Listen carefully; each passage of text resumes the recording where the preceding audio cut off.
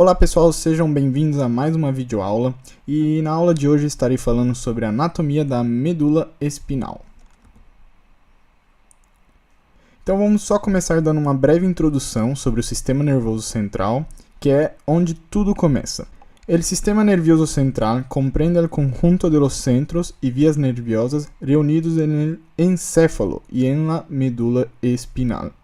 Então, quando a gente fala de estruturas do sistema nervoso central, estamos falando do encéfalo e da medula espinal. O encéfalo compreende mais estruturas além do cérebro, ok? E vai estar conectado a los diversos órgãos por intermédio do sistema nervioso periférico, que formando por nervios craneales e espinales. Todos os sinais motores vão ser enviados a partir do sistema nervoso central e vão chegar até o sistema nervoso periférico, e com sinais sensitivos vão do sistema nervoso periférico e vão chegar até o sistema nervoso central. La médula espinal. Ela é uma via que está localizada na coluna vertebral e ela comunica as informações do cérebro a todas as partes do corpo.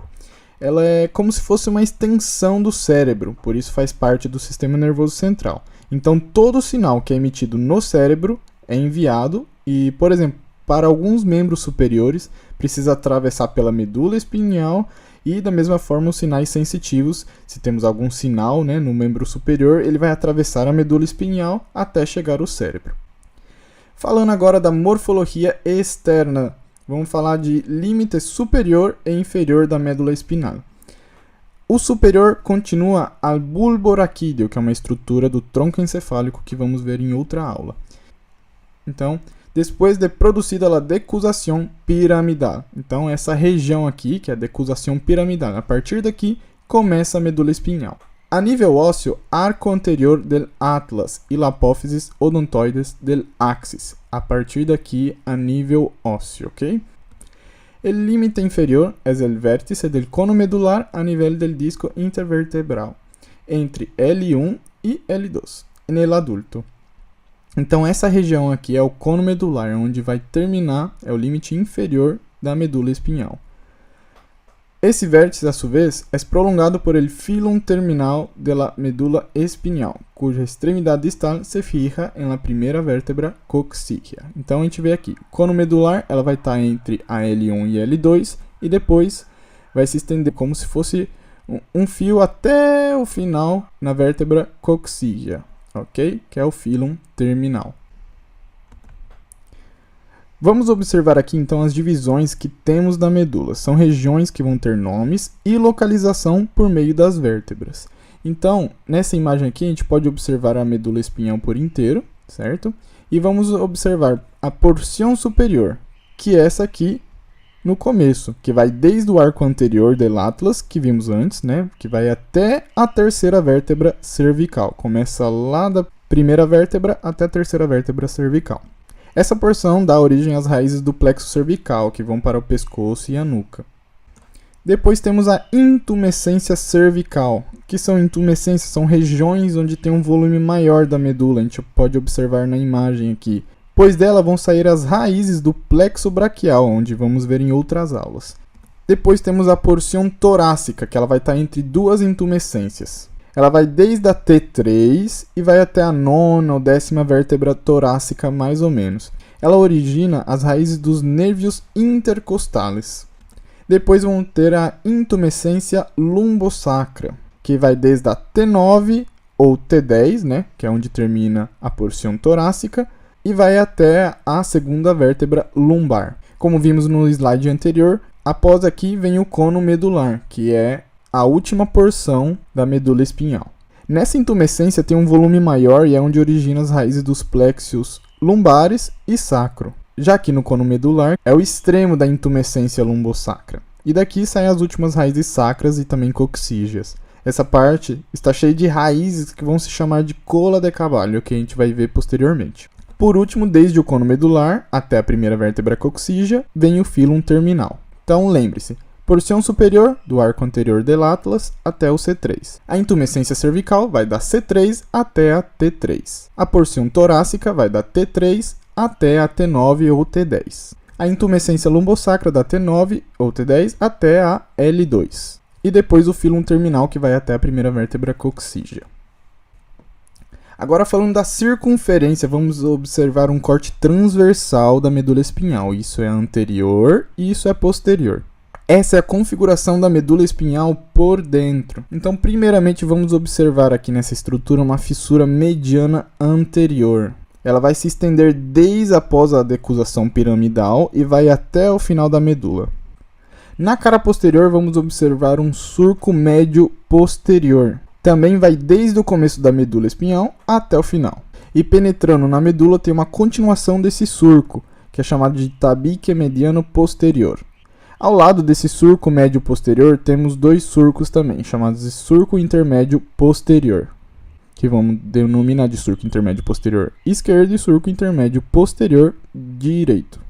Essa região de cima, toda branca, vamos chamar de comissura blanca anterior, que vamos observar divisões. O primeiro é o cordão anterior, toda essa porção é o cordão anterior. E aí vamos ter também os cordones laterales, cordão lateral direito, cordão lateral esquerdo. E também temos o cordão posterior da medula espinal. Em volta temos a comissura branca e ao meio temos a comissura gris, que é essa massa cinzenta, e nela vamos ter também divisões, que são a asta anterior, direita e esquerda. Atrás temos as astas posteriores. Ao lado, bem pequenininho, temos as astas laterales. E de cada astas vão sair raízes. Aqui tem as raízes anteriores e as raízes posteriores, que depois vamos ver as funções de cada uma das raízes, ok? E, por último, temos o conducto central, que se estende também desde o começo da medula, que vamos observar em outras aulas, que é uma continuação dos ventrículos do encéfalo. E sobre essa massa cinzenta, vamos observar uma substância gris, né? E a substância branca, que é essa toda em volta. Isso é anterior, isso é posterior. A gente pode observar o que é anterior e o que é posterior, principalmente pela fissura mediana anterior. A substância gris ela vai estar formada por cuerpos celulares de las neuronas. Já a substância branca ela está formada por fibras nerviosas. Agora falando de disposição general de las raízes espinales. Isso é anterior e isso é posterior na imagem. Aqui vamos saber as funções das raízes que saem da medula. Então, para a gente se situar nessa imagem, vamos observar aqui a raiz anterior e a raiz posterior, certo? As raízes anteriores, elas vão ser motoras e emergem da medula espinhal. Então, elas vão emitir um sinal que parte aí da medula e vão até o sistema nervoso periférico. Já as raízes posteriores, elas são sensitivas e ligam à medula espinal. Então, tudo que vem do sistema nervoso periférico vai e chega até a medula espinhal. Então, são essas as direções. Podem observar também que na raiz posterior se encontra um gânglio, que é o gânglio espinal. E vamos dar um exemplo. A anterior pode enviar um sinal de contração, por exemplo, para o músculo bíceps. Então, vai da medula espinhal e envia um sinal de contração para o músculo do membro superior. Já as raízes posteriores, elas vão receber um sinal. Então, por exemplo, se há um sinal de dor, ela vai receber o sinal através das raízes posteriores. Por isso, raízes anteriores são motoras, raízes posteriores são sensitivas. Bom, os impulsos nerviosos recorrem ao sistema nervioso em diferentes sentidos, como vimos agora. Então, desde a periferia hacia os centros, aferências vão ser dominadas aferências, que é sensibilidade. É um impulso nervioso centrípeto e os centros que lo recebem se denominam sensitivos, que vão ser as raízes posteriores. E desde os centros da medula hacia a periferia são eferências. É um impulso nervioso centrífugo. Os centros que los originam se chamam motores. Então, o sinal que chega até a medula é aferente e o sinal que sai dela vai ser eferente. Agora, sobre direção e trajeto, vamos entender a relação da medula espinhal nas vértebras. As raízes anteriores e posteriores de um mesmo segmento convergem fuera de la médula para formar el tronco del nervio espinal que sale del conducto vertebral por el foramen intervertebral. Então esse gânglio posterior aqui, a gente pode observar, ele vai estar aproximadamente a 1 centímetro da medula espinhal.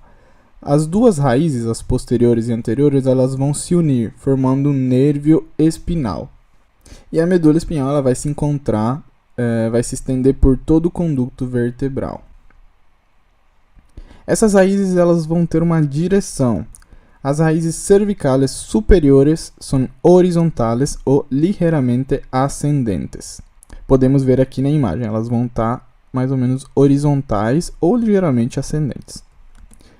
Todas as demás são oblíquas hacia abajo e lateralmente, aumentando esta obliquidade progressivamente desde arriba hacia abajo. Aos poucos vai aumentando essa obliquidade, ela vai de cima para baixo. Podem ver aqui, de cima são mais retas e as de baixo elas vão se estendendo por baixo. Las raíces originadas nos dos últimos segmentos lumbares y en el cono medular adoptam uma disposição vertical e rodeam al filum terminal em la parte inferior del conducto vertebral, constituyendo la cola de caballo. Então, conforme vai descendo, as raízes vão tendo cada vez mais uma disposição mais vertical. Olha a diferença das raízes cervicais e das raízes lumbares. Elas vão se estendendo, formando uma cola de caballo, que é a junção de todas as raízes. Vamos ver depois também numa visão posterior da médula. Nessa imagem a gente entende um pouco melhor de onde parte as raízes de cada lugar. As cervicais vão se manter na mesma região, pois elas são horizontais. Já na torácica vão ficando um pouco mais oblíquas, porém aqui onde está em verde, na médula vemos que é uma região torácica, pois são as vértebras torácicas que estão aqui. Mas nessa região verde vão ser as raízes lumbares que vão sair. Já que da região das vértebras lumbares vão sair raízes da sacrococcígea e depois vai começar a cola de cavallo, até o final se estender pelo filum terminal. A cola de cavallo vai reunir a la derecha e a la izquierda a partir da segunda raiz lumbar, a las 10 últimas raízes espinales. Então a gente pode ver, depois do cono medular vai se estender o filum terminal ao meio e as raízes vão sair formando la cola de cavallo. As meninges espinales, o que são? Elas separam a médula e as raízes espinales de las paredes del conducto vertebral. A medula espinhal ela não vai estar diretamente em contato com o conducto vertebral, com os ossos, que são elas a dura madre, aracnoides e pia madres, de fora para dentro. Podemos observar melhor nessa imagem. Dura madre, aracnoides e pia madre. Bom, a dura madre é uma membrana formada por uma parede fibrosa e espessa. Ela se estende desde o foramen magno hasta a segunda ou terceira vértebra sacra. Entre a dura madre e a aracnoides, que é essa azulzinha aqui, a gente vai ter um espaço chamado de espaço subdural. Dentro desse espaço vai ter uma quantidade de líquido cefalorraquídeo que vai permitir o deslizamento dessas duas camadas. Em seguida vai ter a aracnoides, que é um tecido interpuesto entre a dura madre e pia madre e está formado por uma lâmina externa homogênea, chamada de aracnoides, e uma capa interna areolar de grandes malhas que constitui o espaço subaracnoideo. Aqui todo esse espaço azul é o espaço subaracnoideo. A aracnoides é só essa camada mais escura. E esse aqui é o espaço subaracnoideo, que é por onde circula o líquido cefalorraquídeo. E por último temos a pia madre, que é uma membrana vascular conectiva aplicada intimamente à superfície da medula espinhal. Essa camada em vermelho é a pia madre. Então vamos ter a dura madre, a mais externa, aracnoides e pia madre. Las relaciones de la médula y de las raíces. Por intermedio de las meninges, la médula y las raíces se relacionan con las paredes del conducto vertebral. Están protegidas adelante por los cuerpos vertebrales, los discos y los ligamentos vertebrales. Posterolateralmente por el arco vertebral, los pedículos, istmos, láminas y apófisis, y también por los ligamentos amarillos. Entre el conducto vertebral y la dura madre se encuentra un espacio epidural ocupado por tejido adiposo, plexos venosos intrarraquídeos e arteríolas e los nervios espinales. Então, entre a dura madre, que é a última camada que envolve a medula espinhal, e o conducto vertebral, a gente vai ter um espaço chamado espaço epidural. Nele vai ter um tecido adiposo. Vamos falar agora de vascularização da médula e suas raízes, começando por artérias. Vamos encontrar primeiro as artérias radiculares. Nessa imagem a gente pode ver radicular anterior e radicular posterior. Elas nascem no cuello de las arterias vertebrales, en el tórax de las intercostales posteriores. Das intercostales posteriores, que são ramas da aorta torácica. Cada uma delas penetra no conducto vertebral por el foramen intervertebral e se divide em duas ramas, anterior e posterior, para a raiz correspondente. Bom, em outra imagem aqui a gente consegue observar de outra forma, né? Essa é a medula espinhal, essa parte anterior, essa é posterior. Então vemos as artérias radiculares, a anterior e uma posterior. A gente vai também encontrar outro tipo de artérias, que são as artérias espinales. Duas artérias espinales anteriores, originadas de cada artéria vertebral a nível del foramen magnum, se reúnem em um solo tronco situado na fissura mediana anterior, artérias espinales anteriores. E duas artérias espinales posteriores, que são originadas de cada artéria cerebelosa posterior inferior e vuelven a descender a lo largo de los surcos dorsolateral. Temos as espinales anteriores e espinales posteriores. Bom, por último das artérias, a gente tem a artéria medular segmentária anterior maior, ou também conhecida como artéria de Adam-Kiewicz. Aí você escolhe qual nome você vai querer lembrar, se é esse nome maior aqui ou esse mais esquisito. Bom, essa artéria ela vai irrigar a intumescência lumbosacra, e ela é unilateral. A artéria de Adam-Kiewicz se origina em uma das últimas artérias intercostales, ou em uma das primeiras artérias lumbares. Em seu trayecto, descreve um arco de convexidade superior antes de dirigir-se hacia el cono terminal. Então, aqui a artéria de Adam-Kiewicz. Só vai ter uma dessa artéria, somente do lado esquerdo, diferente das espinales e radiculares que aparecem em cada conducto vertebral. Agora, as venas. Elas são mais numerosas e elas vão se descrever em 3 colectores anteriores e 3 colectores posteriores. Elas estão situadas nos surcos medianos em la emergência de las raízes e estão unidos por anastomoses transversales verticales. Elas se comunicam hacia afuera del conducto vertebral, passando por el foramen intervertebral, em direção de las venas extravertebrales posteriores ou laterais. Estes plexos intervertebrales estabelecem uma via de derivação eficaz entre os dois sistemas cava superior e cava inferior. Então aqui as venas espinales anteriores e venas espinales posteriores. Então a aula de hoje é isso, pessoal. Muito obrigado por terem assistido até aqui. Inscreva-se no meu canal para receber meus vídeos toda semana. Não esquece de curtir. E se você tiver alguma sugestão ou alguma dúvida, comente aqui também. Na descrição do vídeo eu vou estar deixando o link do Passeio Direto. Lá eu coloco uns resumos de outras matérias e também todos os conteúdos que eu estou postando aqui, beleza? Espero que tenham gostado e até a próxima videoaula. Tchau!